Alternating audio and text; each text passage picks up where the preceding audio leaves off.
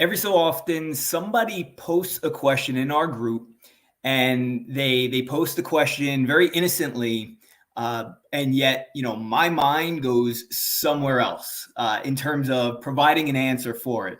And that's what I'm going to do right now, because a great question, a common question, was posted in our group for all those who are engaging in our 2 Habit Challenge right now. Listen, this is a question that we hear all the time, but the answer that I'm going to give is going to be a little bit different than what I might normally do. So just bear with me. Now, normally I also would not necessarily name who the person was who asked the question, but since she posted it publicly, I'm going to answer it publicly. And I want to just make everybody well aware that when I do this, it's never to call anybody out, but rather the purpose of us being here together is to learn from one another. And I think sometimes what we all do is we think we're the only one. We think our question is a stupid question, so maybe we don't ask it, and not realizing that any question, big or small, is likely to impact the entire community. And that's actually what this question does. So I'm going to go ahead and read Lisa's question that popped up in our group.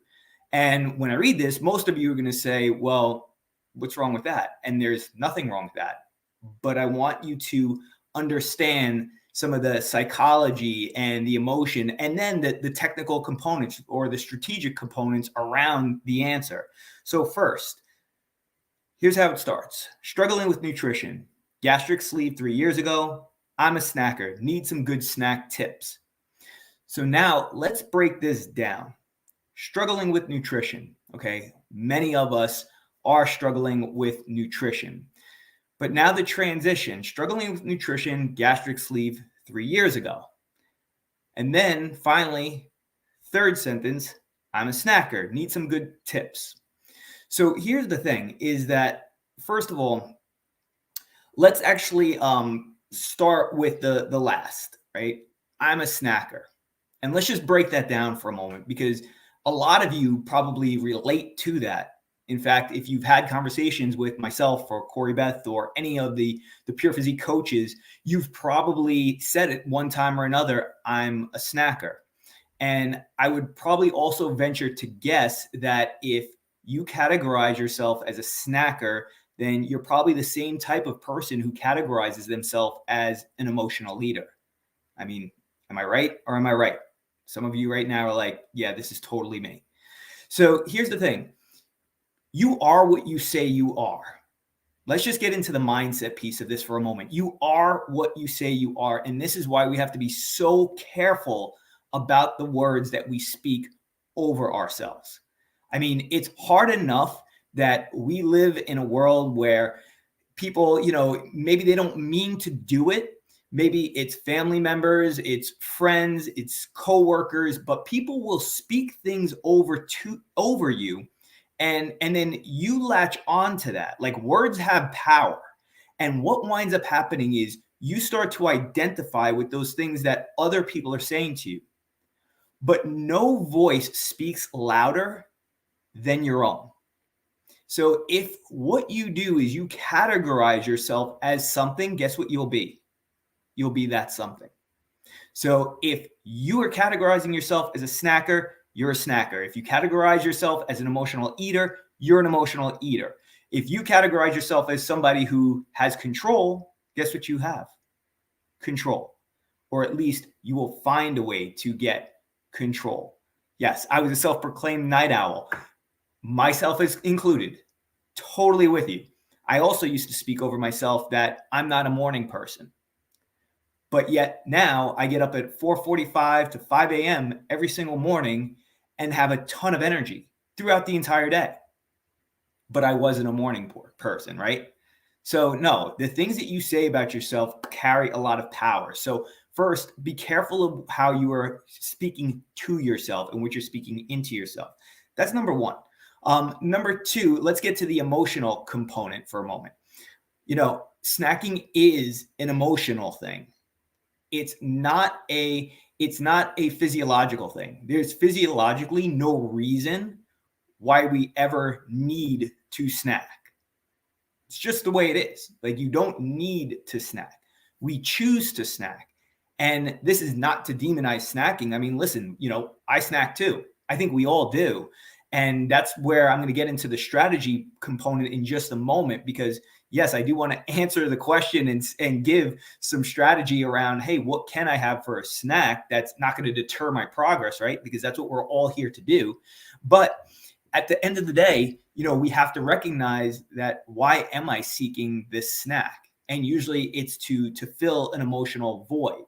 Normally it's because we're bored. We're looking for something to do, or we do it because finally it's the end of the day, and after a day filled with stressful situations, our bodies and our minds are trying to calm itself down. And one of the things that we do when we get into that place is we seek comfort. And so what do we go for? We go for the comfort foods, right? Those things that we know are not necessarily great for us, but it gives us that dopamine fix to have that little indulgence, get that little shot of dopamine, and feel really good in the moment. But we also know that moments only last but a few seconds, and then they're gone. And then we keep snacking because we're trying to fill that void again and again and again and again, and we never get satisfied. So there is an emotional component to this. So let's talk strategy, right? That's usually what I show up for. I let Corey Beth do the mindset and the emotional stuff. I'm here for strategy. So let's dive into that now. All right. So strategy around this. First, one of the reasons why we feel a need to snack is because we're not eating enough in the first place. I mean, many of you have heard me give the analogy before, but hey, it's a great one, so I'm going to use it again. If you've ever been to a barbecue on a Saturday, you show up at about 1 or 2 o'clock, and you might start eating and not stop for at least an hour and a half. And yet you go home that night and nobody ever says, "What's for dinner?" Whoever asks that? Nobody does. Why? Because you're full. You've eaten so much over the course of that barbecue that there is no room. There is no need. I mean, sure, you might want to have something and you might grab a little something, but you're not sitting down for a full meal. So part of the reason why we feel like we need to snack is because when we finally do break our fast, I'm not necessarily talking about breakfast, but for some of you, that might be when you break your fast. For many of us, it's not until 12 o'clock or maybe 1 o'clock in the afternoon. But when you break that, how you break that matters. How you start your day. If you are not eating a lot, if you're a person who picks, right, I'm only going to eat a little bit. And I know that this is sort of where that gastric sleeve component comes in, right? Because that does cause us to eat less, which could be a good thing for some people. But if we've not addressed the emotional and the mindset component, then the gastric sleeve is only going to help us so much for so long, because it's not getting to the root of the issue, which is the emotional and the mindset piece. But again, that aside, in terms of when we eat, we have to eat big. You should be eating big enough so that you don't feel like you need to eat for a very long time. But if you're eating and now an hour and a half later, you're feeling like you need to have something, chances are you either A, did not eat enough, or B, you ate the wrong foods. And I don't mean wrong that it's wrong to eat them, but just that foods that might stimulate your appetite, foods that might cause an insulin spike and a crash, and then cause you to want to eat more. So that is what's so huge here, is you got to make sure that you're eating enough. And typically, one of the times where we might not necessarily be eating enough is at night. We might sit down for dinner, and sure, we might have our protein, our starch, our vegetable, a nice meal. But if you're coming off that meal feeling still as though there's this emptiness about you, the chances of you desiring a snack soon after are probably really high. So one of the things that I strategically do is I eat big at night. In fact, I look at my day as bookends. Lunch at 1 p.m., 12 or 1 p.m.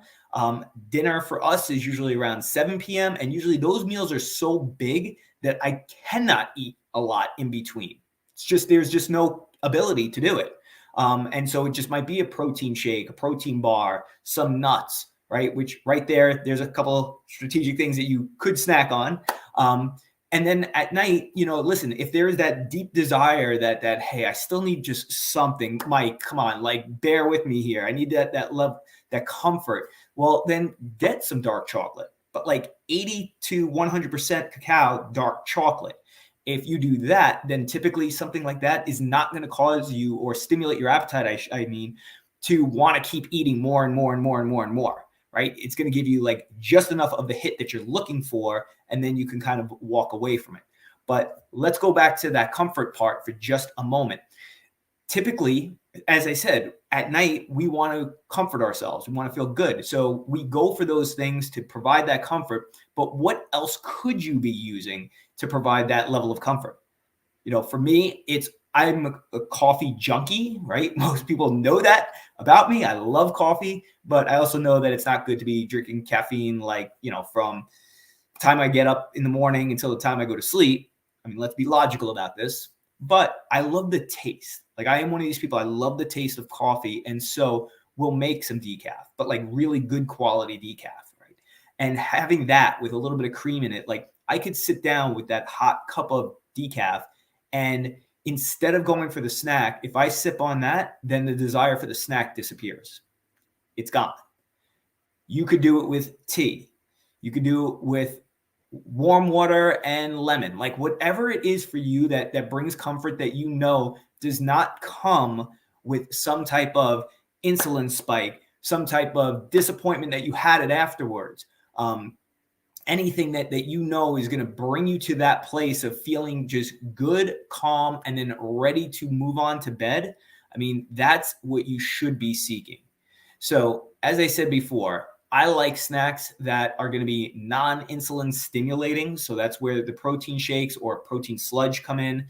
That's where a Greek yogurt with some peanut butter, a tablespoon of peanut butter mixed in. I mean, you're going to hear a theme here. The theme is going to be high protein, low carb, moderate fat.